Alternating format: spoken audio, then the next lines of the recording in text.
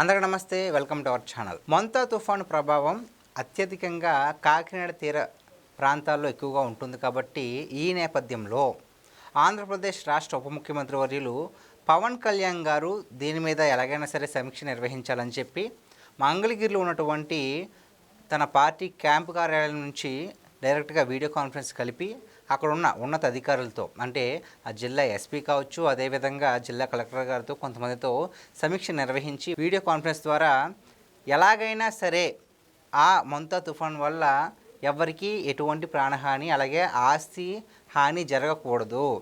So ఎలాగైనా సరే ముందస్తుగానే చర్యలు తీసుకోవాలి.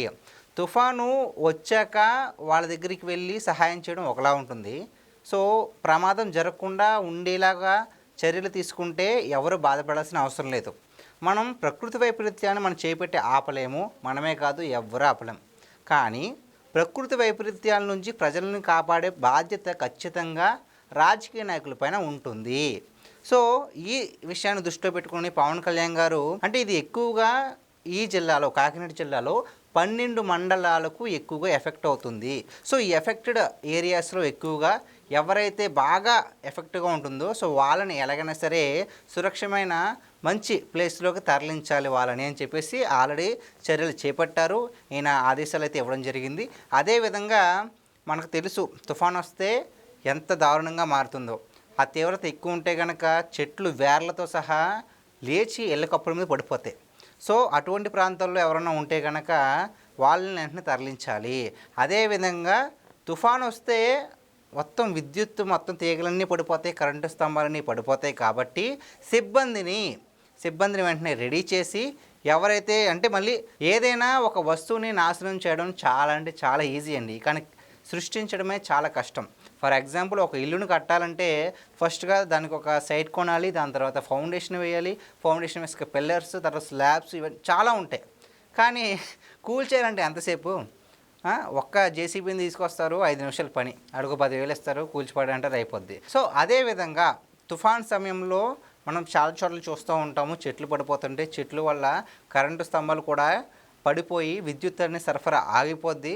ఆల్మోస్ట్ ఆ సమయంలో విద్యుత్ అనేది ఉండదు. కాకపోతే తర్వాత వెంటనే సో కరెంట్ అనేది చాలా అవసరం. నార్మల్గా తుఫాన్ సమయంలో పగలు కూడా చాలా చీకటిగా ఉంటుంది.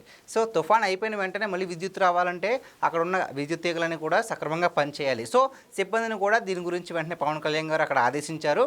అదేవిధంగా ఇక్కడ ముఖ్యంగా స్త్రీలను, గర్భిణీ స్త్రీలను, బాలింతరాలు ఉంటారు కదండి, సో వాళ్ళకి ఎటువంటి ఇబ్బంది లేకుండా ఫస్ట్ వాళ్ళని తరలించాలి.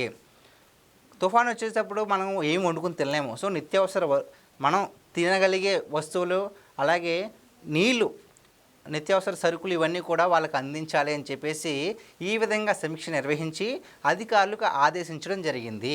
అదేవిధంగా పవన్ కళ్యాణ్ గారు డిజాస్టర్ రెస్పాన్స్ ఫోర్స్ అలాగే గజ ఈతకాలను కూడా రెడీగా ఉంచారనమాట. అంటే ఏదైనా వరదలు ఎక్కువయ్యి తీర ప్రాంతం బాగా మునిగిపోతే మీరు కంగారు పడవద్దు. సో వాళ్ళని కాపాడే బృందాలను కూడా పవన్ కళ్యాణ్ గారు ముందు చూపుతూ అక్కడ ఉంచారు.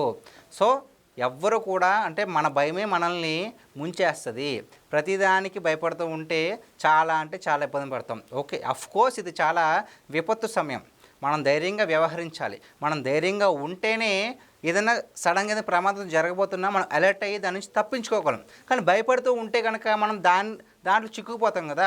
సో ఆ విధంగా ఎవరు కూడా భయపడద్దు అని ఒక నమ్మకంగా ఈ ఫోర్స్ అనేది మీకు ఉంది, గజేతగాలు ఉన్నారు. సో భయపడొద్దు అని చెప్పేసి అందరినీ చాలా భరోసాగా ఉంచారు పవన్ కళ్యాణ్ గారు. మనం ఎంత జాగ్రత్తగా ఉన్నా సరే ఒక్కొక్కసారి ప్రమాదం ఎలా వస్తుందో మనకు తెలీదు. ఓకే, మనం చాలా సురక్షితమైన ప్లేస్లోనే ఉంటాము, చాలా జాగ్రత్తలు తీసుకుంటాము, కానీ దెబ్బ తగలాలి అని రాసి ఉంటే కనుక మనం ఏం చేయలేం కదా. సో అలాంటి సమయంలో కూడా వైద్యుల్ని, సో వైద్య సదుపాయాలకు సంబంధించిన కొంతమంది డాక్టర్లను కూడా అక్కడ అందుబాటులో ఉంచడానికి పవన్ కళ్యాణ్ గారు ఆదేశాలు అయితే జారీ చేయడం జరిగింది. సో ఏ విధంగానైనా ఈ తుఫాను వల్ల, ఈ మొంతా తుఫాను వల్ల ఎవరికి ఏ ఒక్కరికి హాని కలగకుండా ఉండేందుకు ఈ కూటమి ప్రభుత్వం, అందులో పవన్ కళ్యాణ్ గారు చాలా అంటే చాలా శ్రద్ధ పెట్టి చర్యలు తీసుకుంటున్నారు.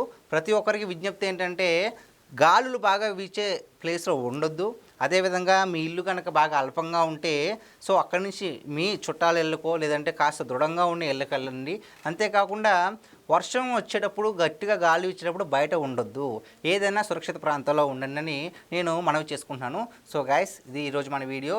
ఈ వీడియో పైన మీ విలువైన అభిప్రాయాన్ని కామెంట్ రూపంలో తెలియజేయండి. Thank you.